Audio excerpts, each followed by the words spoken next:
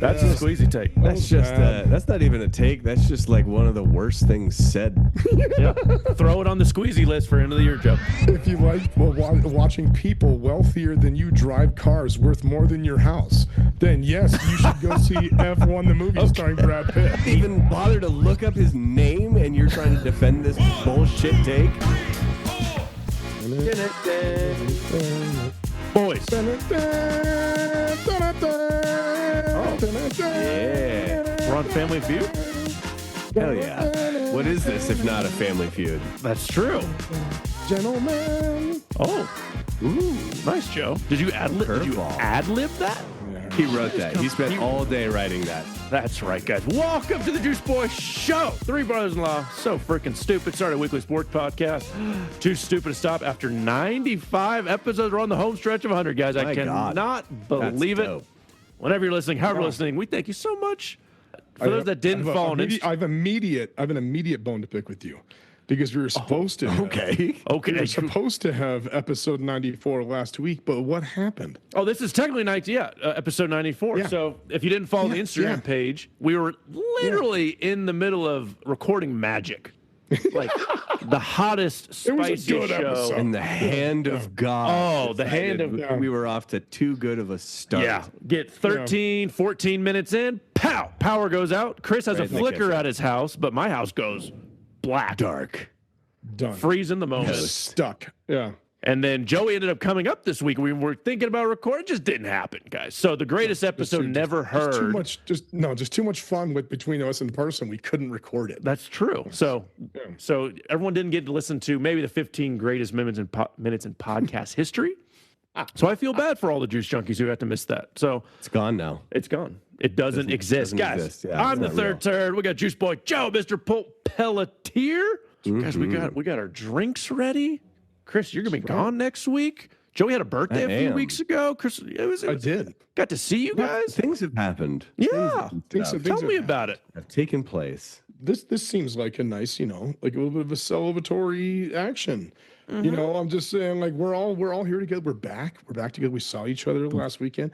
For everybody who was with me and my wife during all of our struggles, I'm happy to say that she's out of it. She's out of it. We're the skies are blue for the first time in months. We appreciate everybody who was there with us. We had a great time celebrating with all of you last weekend. I got 2 more weeks until back to reality, going back to school. I got to give a shout out to my buddy Ryan, who gave me this delightful Fluffy Cow hazy IPA from Gruner Brothers Brewing in Casper, Wyoming. So if you're up in Casper, check out Gruner Brothers and the Fluffy Cow. Let's see. Here we go. Active test. Oh. Did I get it? Did I get it? Yeah, you nailed it. You kind of crushed that. Oh my God, that's delightful. That is really. I've never good. ssiin you drink a bad beer though. Like I don't know how much I trust. There has been one. There has been a couple on this show. It's like there it is. But the day you bust out that like 9-year-old Bud Light Lime, then I'll believe you. Might be older than that, dude. That was old Lake Powell days. That could be pushing 15 at this point. It's such a lovely with Joe and his wife, friends and family. Chris, it's good to see you. You and I were running around chasing toddlers. Are you drinking LaCroix right now? Are you drinking anything good? Or should we move on? Just agua. That's it. Just agua. This show's so bad, Chris. This show's so bad, Chris. I'll have a drink with you all next week. Okay. All next week.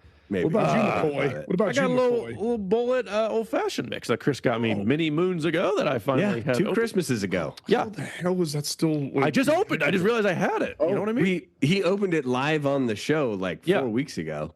Exactly. Yeah, okay. Because he forgot that it was there. Yeah, that it existed. That was one of those things you have to drink like immediately. Oh, is it? Because it has all the stuff?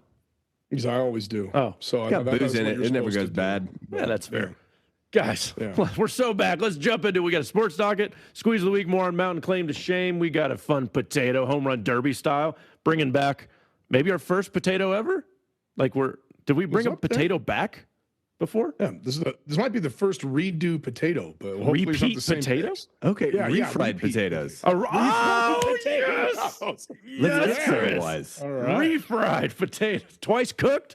Come on. Yeah. Twice baked potatoes? There it is. I love twice baked potatoes. Oh, we did it. I love a twice baked potato. God, it took us way too long. There's one reference to two in famous potatoes, and it took us 5 minutes to recognize. And it took us, you know, that one listener in Ghana's like, twice baked. What are you doing? What are you doing? get it, guys. Plus, a stat that's taken over the internet that I'm excited to see what you guys think of. Let's jump into. We got MLB weekend and the Open. Okay, MLB All-Star Weekend was great. Home Run Derby was electric. All-Star Game had a first swing off, the first challenge of a pitch. We're gonna talk about that, baby. Let's do. What was your favorite? Oh, we were Joey's gonna got bring thoughts. on good buddy Dell of the show, My boy Dell. so he could slob the knob of his Seattle Mariner, who ran away with it. But he's not here to slop the knob. So Joey, you are here to slop the knob. Take it away. Yeah, we did guarantee Dell a Nancy Reagan level knob slop. I am here to serve Dell well. All right. That's why you're so close. My boy Big Dumper putting on the show that everybody wanted him to. You know how freaking hard that is to do in that situation, coming in as the leader going into All-Star break. No one has ever done that. Usually, like the big winners in the past have been like Vladimir Guerrero and Jock Peterson, who went off. They were not leading that year. That was insane. You know, everybody remembers Mark McGwire sending him over Fenway, but he did not win that year. No, he didn't. Yeah, Griffey won that year. All right, so coming in with 38 home runs into the All-Star break, and then doing that was absolutely incredible. And having his dad pitching to him and his brother catching and him putting on that performance was just so epic. And I have no idea why the WWE was involved, at all. What do they have to do with baseball? I have no idea. But apparently it's Cody Rhodes or Corey Rhodes. I think it's Cody Rhodes that has the tattoo on his neck. That's the WWE champion or whatever the hell they are. He comes out and puts the belt around him. Then he gets the trophy. Then he has this necklace with the spinny thing, and so him and his dad and his brother are all wearing it. And I was just like, this was the coming out party for Big Dumper. I was talking about him for the past month or so. Baseball people have been seeing him for the past couple of years. Huge expectations. He followed. He didn't play terribly in the All-Star game. I put money on him to win the All-Star game MVP because I was like, this could be the season of the dump. This could be like this podcast could be a dump. Jeez. Yeah. This could be when he is just on the name, a name everywhere. And even my wife was like, my God, is it just you or is everyone talking about Big Dumper? I'm like, everyone's talking about Big Dumper. But mostly Joey. Mostly me. But I love Big Dumper. And then he's the one that literally won by, was it an inch when they measured it out, the electronic measurement? Is it rigged? So I don't think it was rigged because it was one. I saw a really funny meme that was saying back in our days when we were kids. Now that I calmed down after talking about Big Dumper, I can get down to a normal talking voice again. Yeah. And found your way. When we were kids, it was a massive home run, and it was back down. Chris Berman, baby. Yeah. Now it's, oh my God, that was 114 miles off the bat, 27 degree exit velocity. It was just like the launch angle. They know the launch angle. They know immediately it's up 513 feet. I mean, I remember when McGwire was hitting him over Fenway, we're like, that's going to the moon. That must be 700 feet. We have no idea how far no one has it. It's back. Let's go. We could not possibly measure. No. Yeah. Chris Berman, he had to figure out how to fill airtime between balls hit, and all he could think was back. Still a legend. Electric. So it is a little different in this. A little more data available to us these days. A little more data, but seeing O'Neal Cruz hitting balls so hard that it's going to kill people in the outfield is just like 120 off the bat. It's lasers. 513 feet, almost it doesn't have much arc on it. No, just line drive. Hits it so laser hard. Beams. Felt bad for those kids, especially the kid who robbed that dude. And I was like, you can't do that. You can't do that. I kind of have a spicy take. I just thought, is Jazz Chisholm the Angel Reese of baseball? Ooh, that feels forced. Does it? Back it up. Go ahead. Back up your. Just all talk he has some moments, but he didn't have 3 home runs in the home run derby. That's it. Just talks all this shit. with his torpedo bat. Like just good enough to be like in the conversation, but not actually worth it. Yeah, he's an all-star. He does have like 16 or 17 home runs. Yeah, but he's what is he? Congrats, he's a left-handed batter in Yankee Stadium. How's his rebounding though? How's his offensive rebounding? Guys, that's just I'll stew on that. Maybe I'll represent that to That's the class. his rebounding on his own shots. Yeah. Shout out Angel Reese, who he fields his own pop flies. Yeah, that's right. That's right. Angel Reese passed it to no one because she wasn't looking and gave a bucket too. So that's our weekly Angel Reese update. All-Star game, guys. What do we think of the swing off? I kind of liked it. What do we think of the first challenging of pitches, like robo-ump, like Wimbledon tennis? What do we think of that? Do we like where this is going? All right, so baseball has been like amazing in the past with trying to create excitement in the middle of the summer for the All-Star game.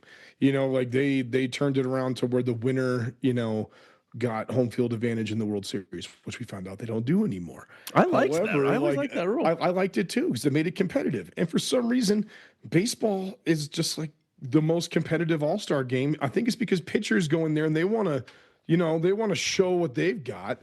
They want to flex their nuts and be like, watch me throw 103 miles an hour on you, you know? And so the baseball All-Star game has always been the best. And Bud Selig almost ruined it forever back when I was a kid when they were tied. It was in Milwaukee. Of course it was, because this is like he was actually the owner of the Brewers at the time. He was the commissioner. Was like, how the hell was that legal? Yeah. How was that okay? No conflict of interest. Yeah, you own a team, but then you are the commissioner of the league, and your team is consecutively in last place. So I don't know how that worked. But they had a All-Star game at Miller Park, and Bud Selig was in attendance. It was tied, and he was just like, "It's over." Well, didn't they run out of bullpen pitching? They just ran out of pitching. I mean, okay, you don't run out. You still had a dude who only pitched like 9 pitches. So it's just like, just put him out there again. Bring in the first baseman. Hell yeah. Ooh, that would have been entertaining too. Hell yeah, do anything. Do anything else, but no, just it's done. Yeah, it's the All-Star game. Who gives a shit? Go have fun. Yeah. Everybody raise your hand who wants to go play pitcher. Hell yes. This is All-Star game. Yeah. I don't know, Joe. Did you? They had O'Neal Cruz could throw it 100 miles an hour from center field. I want to see him on the mound. Like out 6'7". Murders a guy and is like, okay, I think I'm going back to center field. I don't know. I think they have a growing concern, guys. There was 13 pitchers who rejected an offer to pitch in the All-Star game. The money's too big for. So I mean, it's going to turn into a home run derby because you're going to have like middle league, like the number 3, 4, 5 pitching rotation guys in the All-Star game just because they want to be there. But the real aces aren't going to do it because they're not willing to pitch 1 inning because that's too much of a. I say no matter what, just let Bartolo Colon throw on both sides of the ball. Yeah, just allow him. Yeah. He was there. Just let him. So he could have. He could have threw. Yeah. He'd lace him back up. I think they need to be a little concerned. I think overall it was a great weekend. They've expanded. I forgot they moved the MLB draft to All-Star weekend. They've always had the celebrity softball game, which is fun. They're really trying to rip off the NFL draft. Is like make a 3-day. Bigger celebration than what it was before. They need it because nothing else is happening right now. No. I know we had Wimbledon, but I just don't care. You know, I know it was an outstanding match, but I just don't care. I'm sorry, tennis people. I suck at it. I've never been able to get into it. We're going to get a lot of rude letters now. I know. All those fans from, I guess, I don't know where you are. If you are a tennis fan, send me a letter so I know that there are tennis fans. However, I'll have my grandma write in. There we go. So there'll be one. So watching this game, Bud Selig ruined it with the tie. I thought last night was incredible. And Cody, I'm going to push you on these pitchers who said they don't want to go in there. It's an honor in baseball. Baseball is so. Oh, you're not wrong. I'm just saying that it's like baseball is so stats driven that they brought Clayton Kershaw on last night to pitch 2 batters. That was it. Just to get him out there, just to throw 2 batters, and he was throwing his face off. And guess how high he got on his fastball? I will not. 102. You will tell me. 89. Hey, old man Kershaw's out there throwing. That's what I'm saying. His career's over though. If you haven't signed the big contract, it was just very weird. It's very at the All-Star game. So you go out there, and that was his 11th All-Star game, which puts him in the top 5 of all time. Don't be a puss and sit it out because you're worried. You are not wrong, Joe. Just come I out agree there with you. And play. So the game ended in a tie, and they were able to pick for the first time ever 3 players from both sides to go out into a hit off. They got 3 pitches each, and the most home runs at the end won.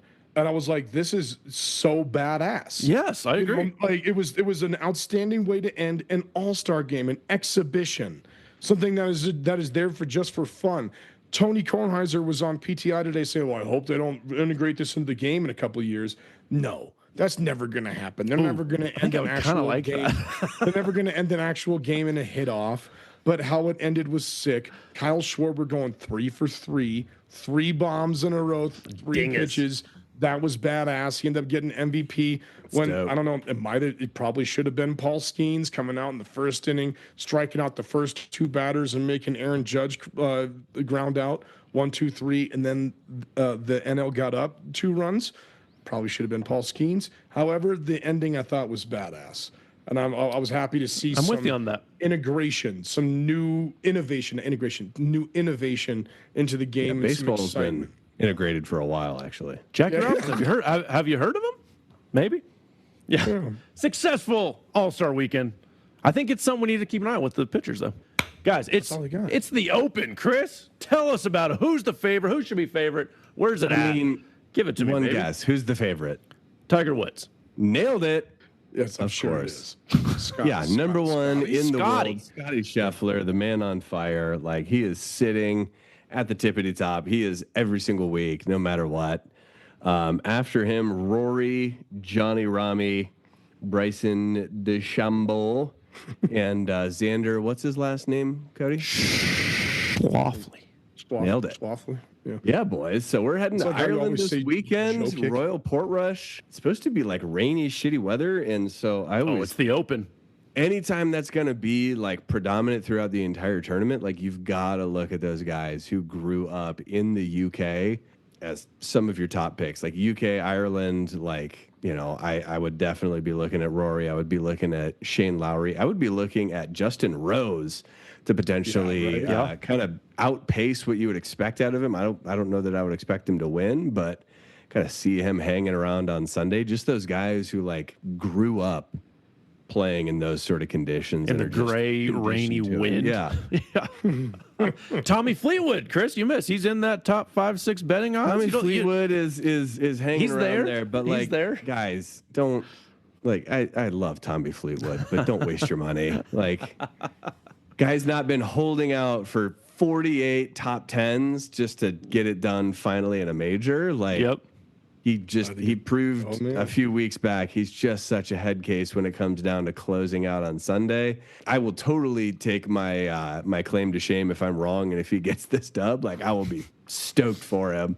But I just don't anticipate that he's got the mental game, even if he's got the lead to close it out. Oh, I love it. Joey, take your pick on the Open. Is this last major of the year, isn't it? Final major of the year. No matter what, I'm due for a claim to shame because I called a Ludwig Oberg win, and I also called Rory to have a second win. So unless they decide to tie, I'm host. Yeah, that's true. Host. Joey, who you like to pick? You're not picking Scotty. That's not fair. No, I'm not picking Scotty, but I'm going to put it out there that I did pick it with my soul. Okay. Good to know. So everybody knows that when he wins, Joey picked that with his soul. Hey, everybody. Joey went with the top pick and wants credit for it. Moving on. My soul wants to. The spicy takes. People, check us out for Joey's. But it seems like a European always wins the Open. It seems like out of nowhere, like some Irish dude like Lowry or Fitzpatrick or Podrick Harrington or somebody always comes out of nowhere to win it. So I'm going to take just a European that I think has been playing great, and I think could have a good shot at. I'm going to take Victor Hovland coming out of love to see him coming out of Sweden.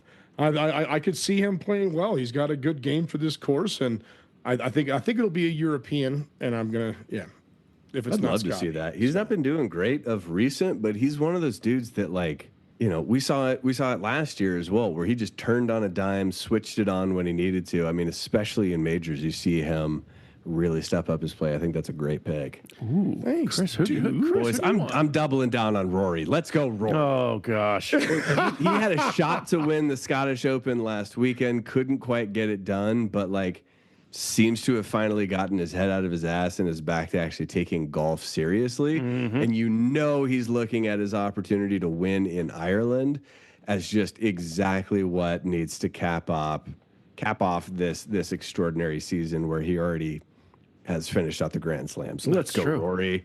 If you want me to make a less boring, like I can't give Joey shit. Yeah, you picked the number two. Number two. Yeah. So Rory's your soul? Yeah, I got to go with Rory. But if I'm taking somebody that's actually like further back in the field, I'm going Shane Lowry. He was my pick for the U.S. Open. Didn't work out. But he's already won once at Royal Portrush. That was the Open that he won. He knows the course. He feels at home there. I expect him like top 5, top 10, even if he doesn't wind up winning. So I'll put myself down for both. Guys, no one taking Schauffele? No, he just won last year in the Open. Give him a chance. He's been injured, but he started. Remind me, what has he done since? Oh yeah, he's been getting there. He's been getting back in the groove. I think it's been the 1 year mark. He should be ready to go. Okay, in my less sex, I'm taking Johnny Ramatsunami. He's the number 3 favorite, but yeah, he's from that side of the pond. We picked 1, 2, 3 as our Ron is your soul pick. Okay, yeah, real hot picks here. God. This is what you come here, folks. It's for the picking of the top 3 guys. We'll check out the Open this weekend. Training camp kind of opens up in a few weeks. We're almost through the dog days of summer. Stay tuned. We're going to take a music break. All right, my friends, we are so back. Episode 94/95, depending how you look at the storm of last week. Took out my electricity. 94. Are we just skipping 94? Is that how we're accounting for that? 94. Okay, this is 94. We get credit for it even though it's unreleased. We showed up. Peter Jackson will make a movie about us in 30 years that will show that exact scene. The several minutes of podcasts that never were. Yeah. It would have changed the world, guys. I'm telling you. It would have solved world hunger if I had to make them. I am hungry. Okay. Solve Chris's hunger. Guys, claim to shame squeeze of the week. More on Mountain. We got some listener submitted ones. Chris also has some thoughts. I can't wait to hear about it. I've got some complaining to do. Former listener Kendall is back. Yes. And is she listening again? I think she is because she's putting Joey on Moron Mountain. Oh, damn it. And it was referencing I think the last show. So is she? Oh, she is listening again. She must be listening. All right. Breaking news: former listener Kendall is maybe listening again. She only tuned into the last episode and was like, "Fuck this! Yeah, I got to talk some smack, and then I'm out again." Now I'm out again. Bye. Yep. So she sent it in, listening to the new Juice Boys episode right now. And like Joey has just said, orange isn't a naturally reoccurring color. It's not. I mean, besides an actual orange, but yeah. Which has he literally never seen an orange or flowers? I said, I think you're putting him on Moron Mountain. And then she said, I think you're correct. I feel like you and Chris get an honorable mention for not calling him out as soon as he said it. I thought it immediately. I did too. And it was another one of those things to where Joey was so many miles away. By the time you could get a single word in, I was like, to hell with it. Let him have it. Yeah. I definitely. Orange doesn't exist. You definitely. Like Cheez-Its and and like Cheetos and like Squish cheese. Like I'm not. You said orange is not a naturally occurring color. Cheese. That's what I've not even said. Besides, an orange. Yeah, well, that was the main one. I was like, wait a second, what did I miss? You're right. Orange. There's a lot. There's flowers. Talking about artificial orange. Tangerines, Chris. I don't eat fruit. I was like, that was dumb. That was dumb. I mean, maybe that's the issue. Joey has never actually witnessed an orange. So Joey is on Moron Mountain. Chris and I. Moment, he thought they were make believe. Chris, we are on Moron Valley. We're on Moron Hill. You're base camp. You're setting up. Yeah, we're setting up. We were there to wish him bon voyage. Yeah, we both had the thought, but Joey did the thing where he was so confident that we were like, wait a second. He was so far away. And he moved so fast. I was like, no, we'll let him have it. So we'll take that one. Orange food in general. I mean, orange food, not orange juice, and not an orange. What? Orange is food. Just orange food, except for these orange foods. And I don't know about you, mac and cheese is 100% natural. I'll know what we're talking about. Exactly. No, that the Kraft mac and cheese. That's what I'm talking about. They harvest it that color, Joey. You didn't know that? Kendall, In the organic free-range mac and cheese fields. That's what I meant. That is not naturally occurring, and you see that everywhere. My favorite Gatorade color, it is orange. That's not actually from an orange. All right, so it's just like we have a fascination with orange. Breaking food, news. So it's just that's what I was thinking. Like orange food, not orange the fruit. Mm-hmm. Okay, which is food, which is also food, also known as. Food. Yeah. All right. If we can't stoop the IQ of the show any lower. All right. That's going in the book. That's going in the book. Actually, that's it. Hold on. Squeezy? Is that a squeezy That's take? going in the book. I'm nominating myself. That's a squeezy take. That's just that's not even a take. That's just like one of the worst things said. Yeah. Throw it on the squeezy list for end of the year, Joe. That's it's on there. Yep. Chris, you have a squeeze of the week. More about Cliff Show. What do you got, buddy? Boys, fill us in. Fuck Scott Frost. Let's talk about him. Oh, what's happening in Scotty's life? Boys, I mean, Scott Frost, the losingest head coach in Nebraska football history, was asked at the Big 12 Media Days if he had taken anything away from his time at Nebraska. His immediate response was, "Don't take the wrong job." I said I wouldn't leave UCF unless it was someplace you could win a national championship. I got tugged in a direction to try and help my alma mater and didn't really want to do it. It wasn't a good move. I'm lucky to get back to a place where I was a lot happier. Is he back Frost. Is he back at UCF? He's back at the helm at UCF. The losingest head coach in Nebraska football history. Interesting. A head coach where famously Pat Fitzgerald, not a great head coach himself, once upon a time, quote unquote, upset the Nebraska Cornhuskers and talked in his post-game presser where as soon as they were up in the fourth quarter, he's like, we just went into grinding offense, like just chisel away time and punt it as deep as possible because I know he can't game plan once the actual pressure's on in the fourth. Like head coaches were planning for, we just need to be 1 point ahead as soon as we roll into the fourth quarter. Yep. And Scott Frost cannot coach himself out of that situation, but he wants to place the blame on that he was just dragged kicking and screaming from UCF back to Nebraska. What that's an idiot. What an idiot. I mean, he's an idiot. I mean, the entirety of Nebraska fandom was ready to be like, you know what? It was a splashy hire. It was the right hire at the right time. You know, wish him the best. It didn't work out. That's all he could have said, too. Yeah, still grateful for what he did as a player. Still grateful for him coming and giving it a shot.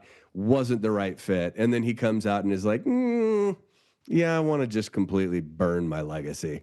That's just not the way to handle it. It's not a mature way to. It would have been so easy to say, like, I love my school. Like, I try to make it work. It didn't work. I still love my school, and now I'm on. I don't know. It's like he went out of his way to make an excuse. What did you learn in Nebraska? I learned that you can have total love for a school, total love for a program, and that doesn't necessarily mean that it's the right program for you to be the one coaching. Yes, that's it. That's exactly out, right. Done, moved on. Move on. He went out of his way to burn it down.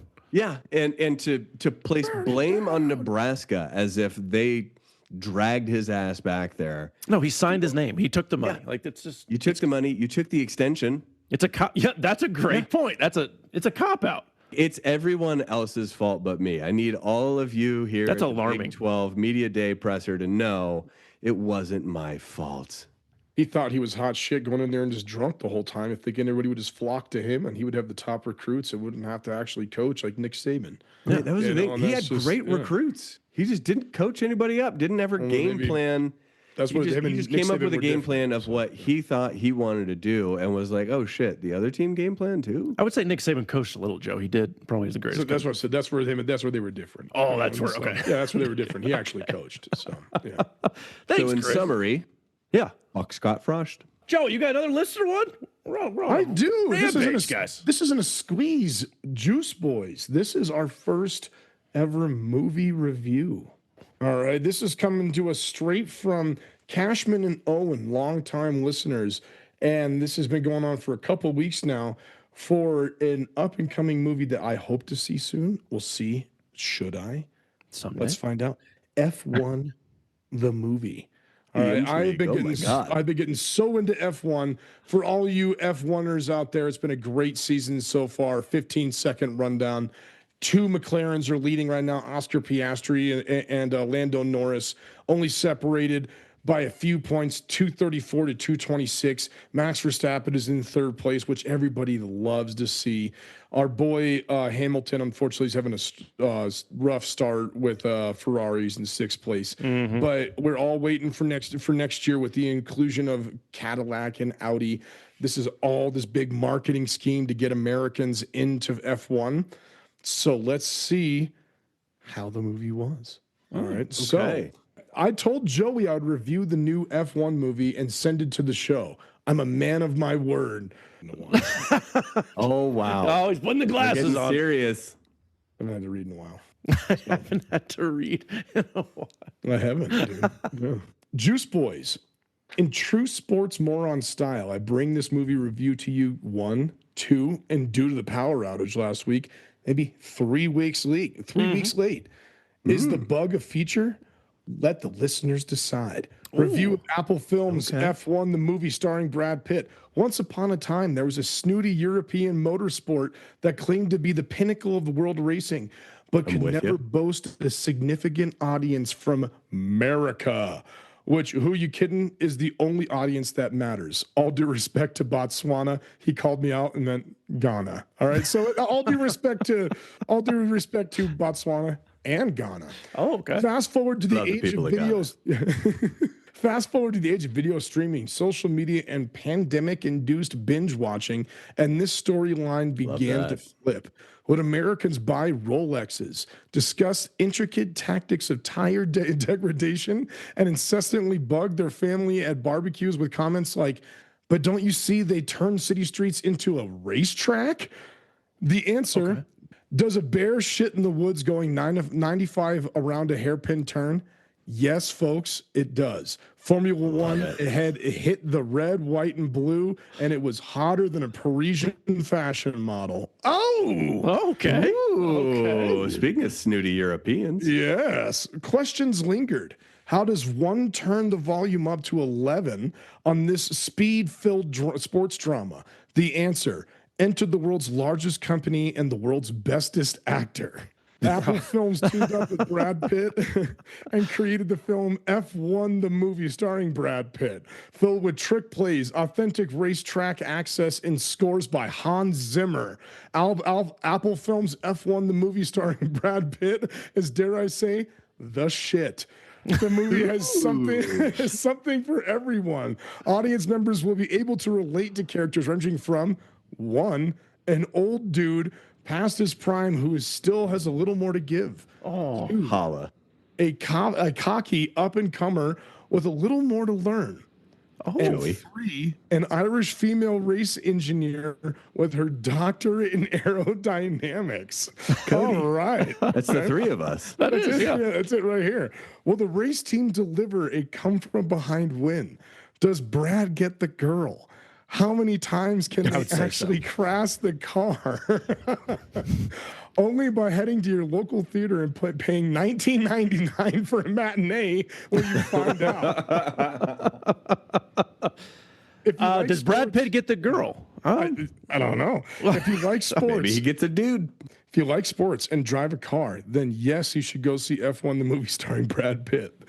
If you like watching people wealthier than you drive cars worth more than your house, then yes, you should go see F1, the movie starring Brad Pitt. If you want to celebrate all that's good in the world and honor what humans can achieve if we put aside our differences and work towards a noble common goal, then yes, you should go see F1, the movie starring Brad Pitt. Get a large popcorn, love cash. I think they pay us for that advertising. I mean, that's true. Imagine the juice junkies are going to be showing up in droves. I think Brad Pitt. What if he didn't get the girl one movie? Possible. That would also be fantastic. Is this just a ripoff of Cars? Lightning McQueen was the new kid on the block, and then we had the blue fella who was old. Yeah. Is this just real cars? Yeah. Hey, we'll find out. We'll see. Maybe we'll find out. I want to go see it. F1, the movie starring Brad Pitt, of course. Yeah, right at the end, Brad Pitt looks directly into camera and goes, Ka-chow, bitches. Roll credits. Yep. Thank you for saying that, Cash. Thank you for the continued support. You are now the official movie reviewer of the Juice Boy Show. Yeah, real Siskel and Ebert going on here, boys. Excellent. Very Congratulations. Joey, if people like Cash want to send their movie reviews, or Chris has a spicy take out of their old coach. Send more movie reviews. Or Kindle. Any movie you're watching. I don't care. Or if Kindle, like you want to be like Kindle and call out stupidity on the Juice Boy Show, how do you do so? Juice Junkies, friends, enemies, I don't care. Listen to your most outlandish sports takes or send them in. Don't listen to them. You can send your most outlandish sports takes or Moron Mountain nominee by emailing us at juiceboyshow@gmail.com. Send us a DM on Instagram at juiceboyshow if it has the pulp. We'll read it on the show. Chris, who's sponsoring today's show? Today's episode of the Juice Boy Show is brought to you by the mayor of Goat Shit Island. Okay. Hello, dear Juice Boy Joe. It's me, your most favorite neighbor, the mayor of Goat Shit Island. And I hear you've been talking mad shit about me and my four-legged children. Well, here's the thing, Juice Boy Joe. You're not such an ideal neighbor yourself. I had to go out and get 60 to 70 goats so they'd be loud enough to drown out the sounds of your screaming at the TV as you rewatch the same Tom Brady highlight video over and over again without wearing pants. Mm-hmm. And of course, I needed several standing feet worth of accumulated goat shit just so I could finally smell something other than the smell of stale beer and your unwashed jockstrap constantly flowing from your truck. Yeah. And all of that is not to mention how I needed to reclaim the view off my back deck after watching you come out wearing nothing but a cup of coffee in your hand every damn morning. At least I had that.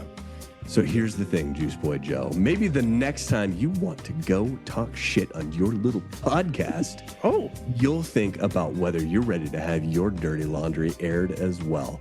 I'll see you at the next HOA meeting, or I'll see you in hell. Love your neighbor, the mayor of Goat Shit Island. Chris, did the show just become a mediator? I don't know. We took the money. Is that what we're now a mediator between the two parties? That's a good side hustle. Lawyer hat back on.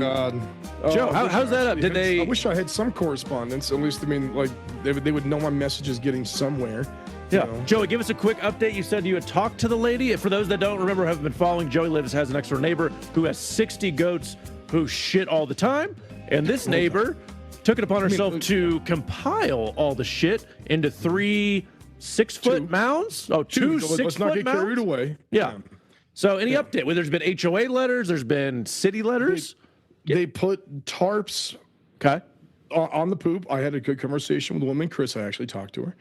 And she said she would put tarps on it. And the tarps blew over in about 9 hours. And they have been off of the poop piles for the last 2 weeks.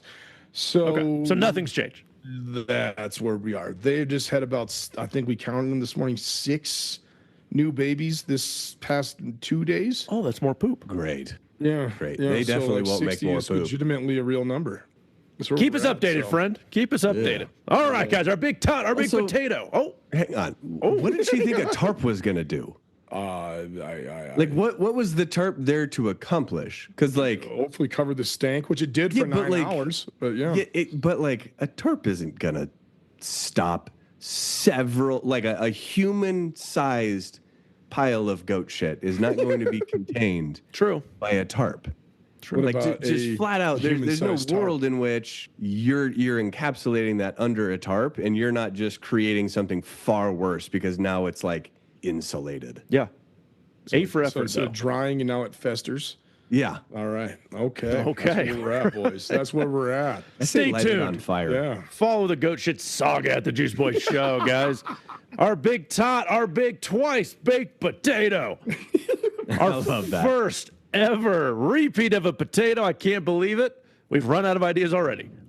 Or we really like this one. Dell was here last year when we did it. It's fun. It was a hell of a time. Guys, we're going to go around the room.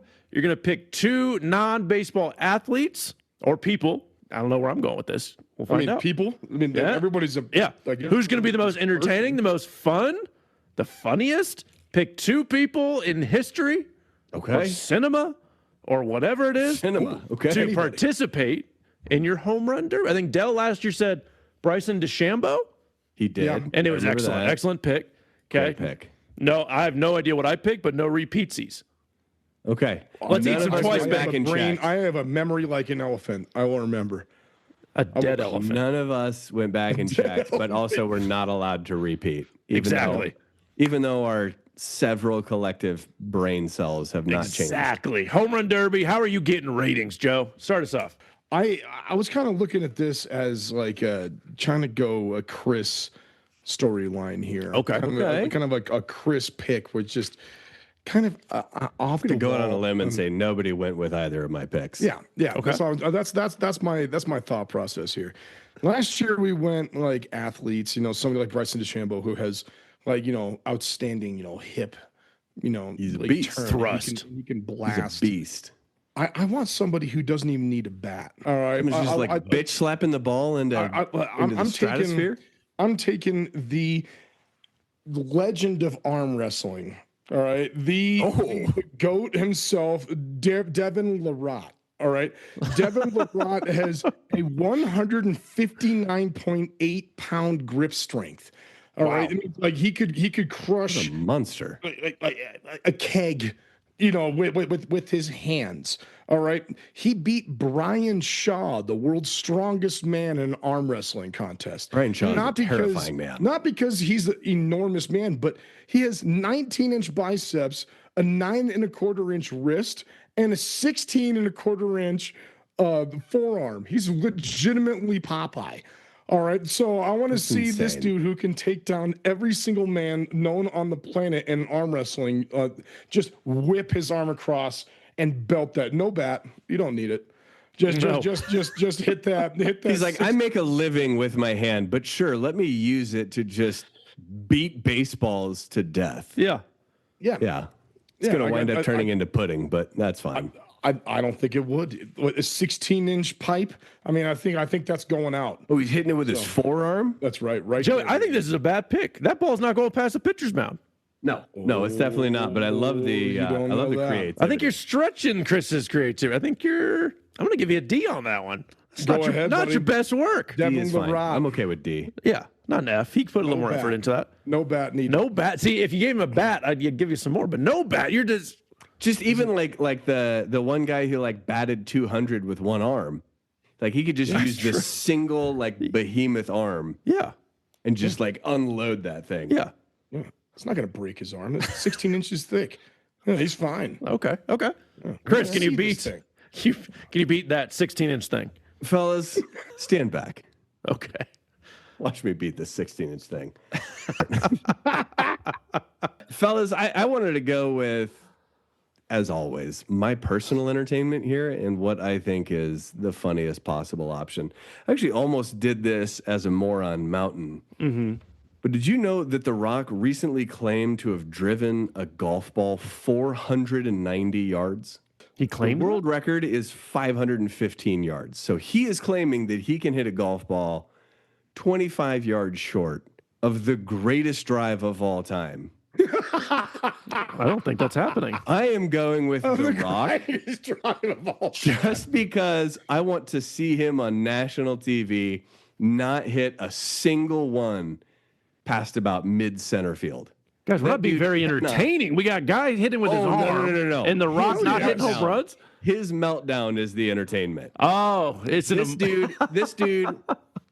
The only thing bigger than his ego is his steroid-filled head, and he will have a complete meltdown and demand that the entire broadcast just be nuked from the stratosphere because he's not allowed to be shown on TV not being the coolest person on the planet. Wow. And so for him to step up with that level of arrogance and then just go 10 for 10, just little dribblers down the third baseline would be just my most favorite thing, watching this giant apish man have a complete meltdown like my toddler. Chris, to be clear, you, a therapist, would like to have a 60,000 person crowd watch the mental breakdown of a single individual. Yeah, I'm not his therapist. Is that what you're telling me? Yeah, I don't owe him shit. His profession is to care about the mental wellness of others. Not in this case. No, I'm not his therapist. What are you talking about? I don't owe him a damn. He's got his own therapist. 60,000 people. If he wants to reach out to me, hire me on. I'll come back and rescind this. Yeah. All right, guys. I'm affordable. You especially for him. You might not be as affordable for other people as you are for him. Oh my gosh. Well, none of those guys are hitting home runs. Okay. I'm bringing my friend. I specifically picked someone who wouldn't. I'm bringing my good friend Bill Parr. Who is Bill Parr? You may know him as Mr. Incredible. He's gonna hit dingers, guys. Okay. So you just So who's Mr. Incredible? Superhero? Who is Mr. Incredible? Like from The Incredibles? From The Incredibles? I thought his name was Bob. His name is Bill Parr? Is it Bob? It's Bob or Bill? It's No, Parr. I was just watching this. I should Incredible. know. My kid is obsessed with it right now. I'm not paying Is it Bob attention. Parr? Bob Parr? Yeah, I think it's Bob. Yeah. Guys, Mr. Incredible is hitting balls out of the stratosphere. You want ratings? I'll give you ratings. Damn it. Yeah, if we want superhumans, just bring back roided out Mark McGuire and Barry Bonds. Got I am a ratings. superhuman with a lead pipe as an arm. That's a real thing. Yeah. What you got? You say Mr. Incredible's not real? I mean, it feels like this is also a D. It's like I'm What? Superman. He's gonna hit him with real. No, it would have been easy to do Superman. I'm doing Everybody loves Bob Superman. Parr. It's not Mr. Incredible. He You just didn't even bother to look up his name, and you're trying to defend this bullshit take. You look up his You name. didn't even look up his name, man. You got nothing. I think Bill Parr's a comedian. I did like 20 minutes before this. Wow. Yeah. I was I'll like, take- what are you? I'll take the D. Joey, No, you will. can you beat Bill and or Bob Parr? Because that was dog I shit. just looked it up. It is Bob. God, it's Damn just, it. you know. Joey, you had a baseball, shitty we first call pick, that a too. swing and a miss. Guys, have we all three failed? Kind of, sort of. I'm crushing what I'm trying to do. I don't give a shit. Joey number two. All right, my friends. So staying on the theme of using your body as a tool instead of actually an instrument like a bat. Okay. All right, I'm going to take the strongest leg in the world, the man who is most feared in all of soccer, also known as football. I'm taking Erling Haaland. He's a player for Manchester City who can kick the ball. All right, and there's a video of him doing it on a pass, so in midair, 124 miles an hour. All right, now 124 miles an hour is absolutely disgustingly absurd. Yes. And if you are getting in front of that, that must be the most terrifying thing ever. Strap a little piece of wood onto his leg and just see like cricket style. Put some cricket like shields on his leg or some soccer shin guards and let this dude just wail at this and see how far it can get out. All right, Erling Haaland, strongest leg in the world. I want to see it. A baseball's a little harder than a soccer ball. Yeah, there's a lot of like dynamics that are going into play here that I feel like you're not taking into account. First and foremost, baseball's fucking hurt. It's not a soccer ball. Yeah. They're not getting lobbed in 100 miles an hour. No, you're not. Yeah, that's fair. You know, But he's got to hit. He's got to hit a baseball 340 feet. Yeah, even if you're just like dead dropping the ball and kicking it as hard as you can, that still sucks. Like, no. Now, listener, feel good. Listener, when we were recording this, I was confused because it says that he has the fastest kick at 22.9 miles an hour, and I was like, that doesn't sound like very fast. That was him running. Now, when he ran at 23 miles an hour while kicking, it was 124 miles an hour off his foot. That's absurd. Like, that's faster than these guys are getting a baseball off of a wooden bat. Like, let's try to get some technology in there to put something on this guy's foot and let him just wail on it. It's going to the moon. Oh my god. It's going to the moon. I don't think he's hitting a single home run. Yeah, I'll give you like let him kick soccer balls out of the stadium and like see how many times he can do that. That seems like a pretty dope sideshow. I think we've had 4 picks and But, only like, one it's is hitting not- home runs. I've got us covered for my next one. Mr. Incredible? Mr. Incredible hitting dingers. Damn it, guys. I mean, he's definitely hitting them. It's just like, nobody even knows what his first name is. Touche. Who even cares? Chris, can you beat the legged guy? All right, so fellas, I thought about like who's my fun curveball pick that's gonna come in and just hit the rock in exactly that spot to just kickstart.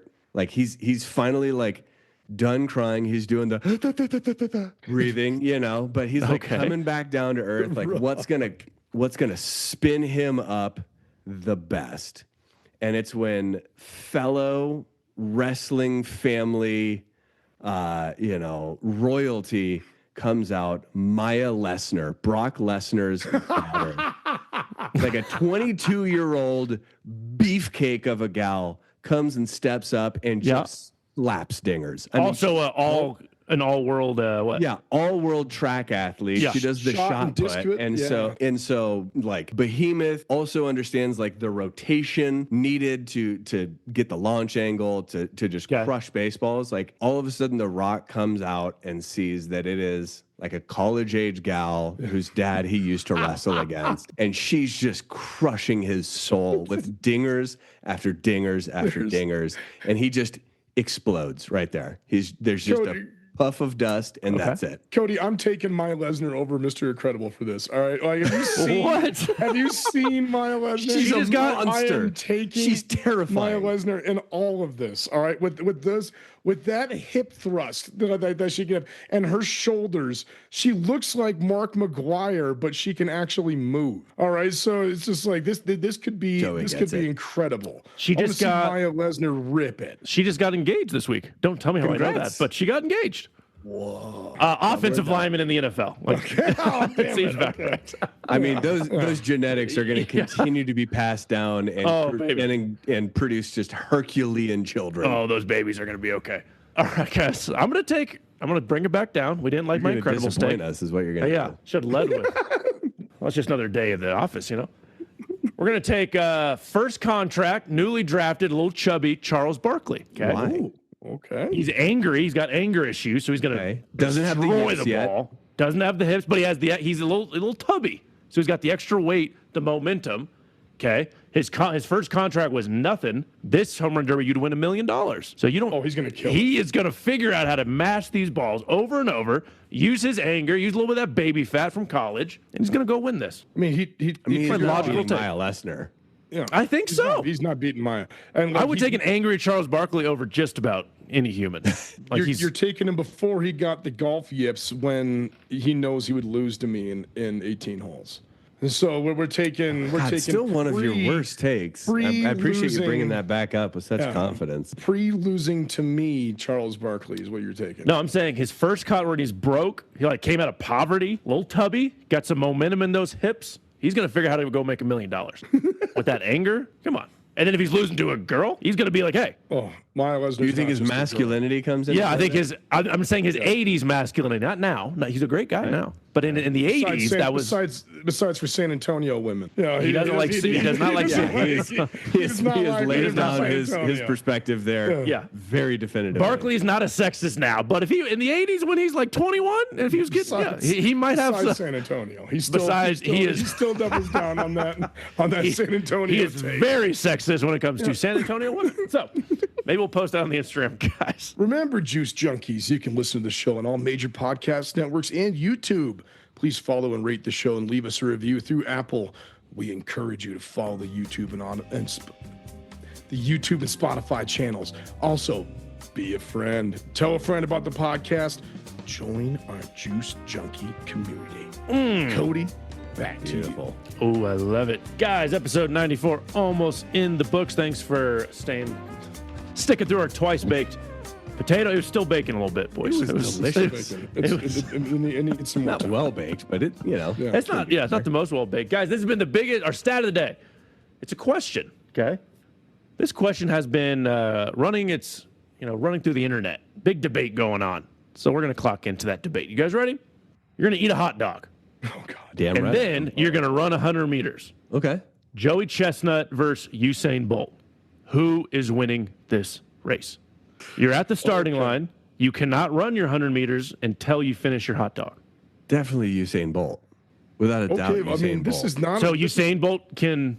That's the thing. Usain Bolt is like a top-tier, extraordinary, like once-in-a-lifetime athlete. If you think that like the level of training required just to maintain that shape also requires that you have to be able to eat massive amounts of food, usually not very good tasting food, and typically do so very, very quickly to meet your calorie goals. Like, if you think that dude can't slam down a hot dog and take off running and wind up catching Joey Chestnut and leaving him in his dust. Oh, he's confident. 100%. Okay. So how fast is Usain Bolt eating? Hold on. How fast is Usain Bolt eating his hot dog? Fast enough. I don't care.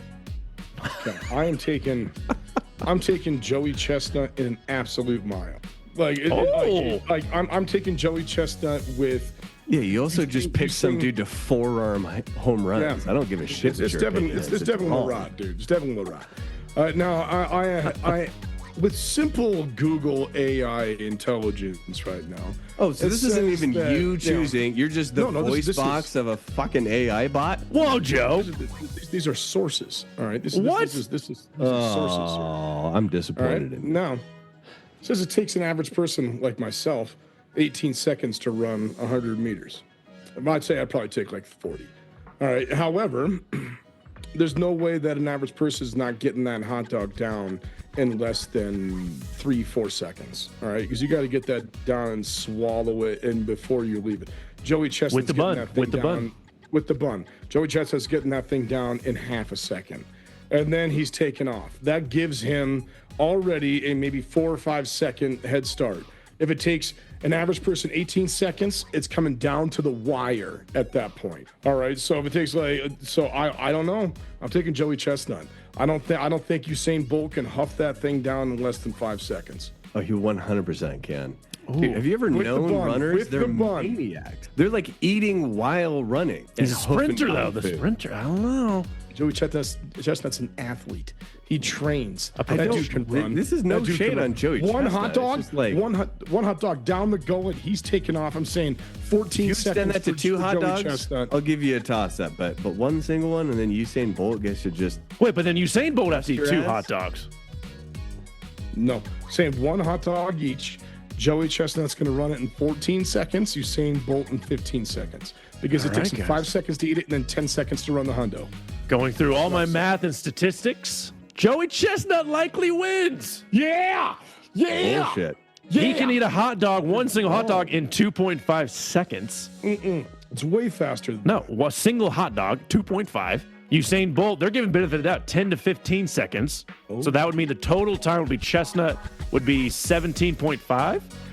And Usain Bolt would be 19.5. Doing the math. I was not far off. Okay. I said 14. You got to assume Usain Bolt is training. Yeah, but 10 to 15 seconds is good. This is a Netflix show. Street. Yeah, if this is a Netflix walking show. in off the street, you think that he can't get that hot dog down in a faster time than the average human being? This is amazing. I think that is. I think that's faster. I think that's faster than the average guy. I'm not eating a hot dog in 10 to 15 seconds. To sprint, so Usain can train to eat. Joey can train to sprint. All right, let's start the hype train. Let's get this pay-per-view. Get fast at pay-per-view. You know what's not pay-per-view? Hot dog hundo. There we go. This show's not pay-per-view. Usain Bolt seems like the sort of dude that actually probably would entertain such an idea. He would do it. Did you hear me try to end the show, but you guys kept going over my good joke, and now we have to figure out another ending in the show? Usain Bolt could. You were talking? That's our show. Okay. I had a good ending. I did a whole pay-per-view joke that no one was going to pay-per-view this podcast, and it was going to be like, ha. Oh, man. But forcing us to revisit it is sure making it feel real fresh. Yeah, the listener will hear it, though. It's okay. You think after 94 episodes we'll get an ending one day? Later, losers. Be in the stands. Suck it, Trebek. Something. There it is. That was the one. All right. There we go. Number 94. That was what we were 94 in the books. Be sure to follow on all the socials, guys. Send us your emails, text us. Do whatever you want to do. Review a movie. Review a movie from the 70s. Any movie that you're watching. Whatever you need. Give us your thoughts. If you hate a movie, we'd love to hear why you hate a movie, too. Go see F1 the movie featuring Brad Pitt. Or starring Brad Pitt. Starring Brad Pitt. Yeah. Bye. also featuring him.